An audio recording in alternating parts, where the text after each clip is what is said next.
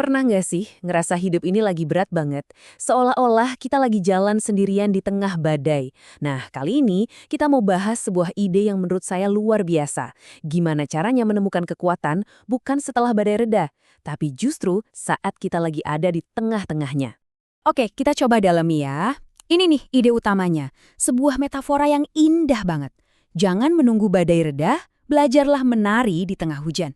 Ini bukan soal pura-pura semuanya baik-baik aja loh. Tapi ini tentang menemukan cara buat terus bergerak maju, terus berharap, bahkan pas situasinya lagi jauh dari ideal. Tentu aja, pertanyaan selanjutnya adalah, emangnya apa artinya ini secara nyata? Kedengarannya sih bagus, tapi gimana caranya kita benar-benar menari pas lagi ngerasa terbebani banget?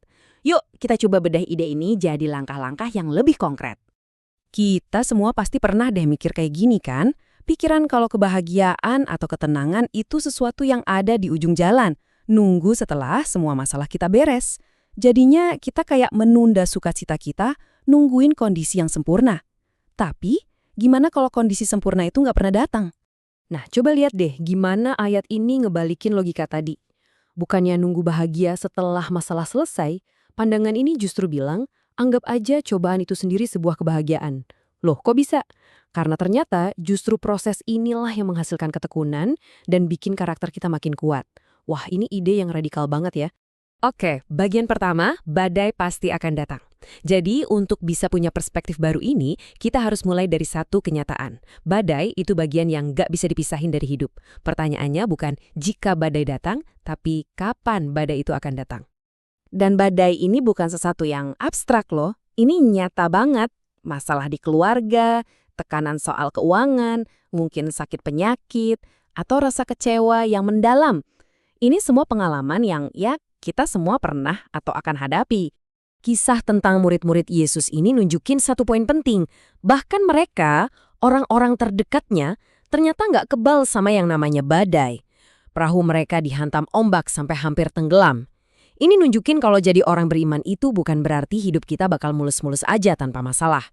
Nah, ini dia nih poin kuncinya. Perbedaan utamanya ada di sini. Waktu kita menghadapi badai sendirian, perahu kita, entah itu hidup kita, karir, keluarga, itu jadi segalanya.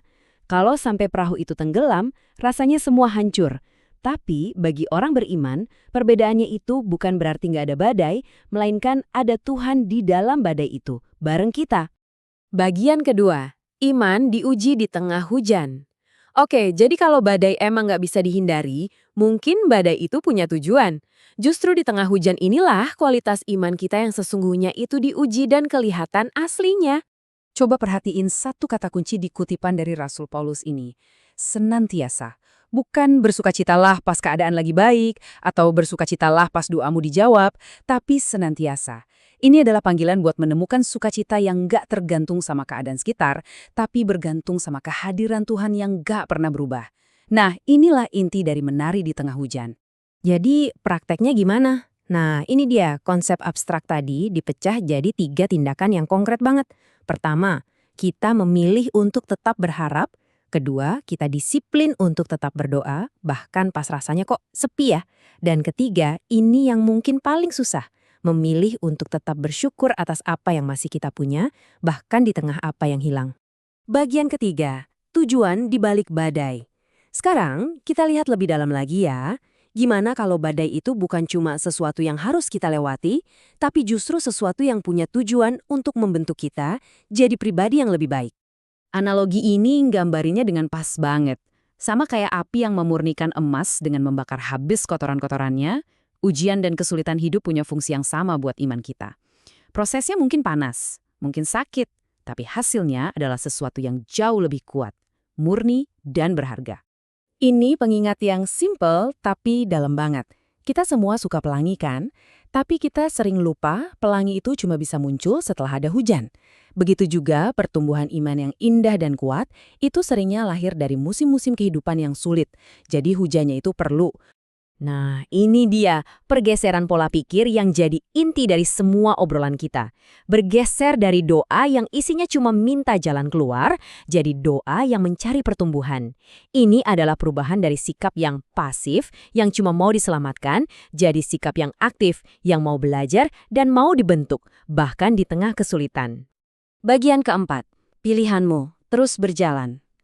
Pada akhirnya, semua ini kembali lagi ke sebuah pilihan.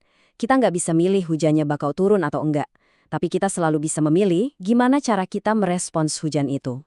Jadi, pilihannya ada di tangan kita untuk tetap punya harapan, untuk tetap bersyukur, dan yang paling penting, memilih untuk nggak jalan sendirian, tapi terus jalan bareng Tuhan. Dan ini membawa kita ke pertanyaan terakhir yang khusus buat Anda. Setelah kita ngobrolin semua ini, pertanyaannya jadi bukan lagi apakah badai akan datang, tapi bagaimana Anda akan meresponsnya. Jadi, di tengah badai yang lagi Anda hadapi sekarang, sekecil apapun itu, kira-kira seperti apa langkah tarian pertama yang bisa Anda ambil hari ini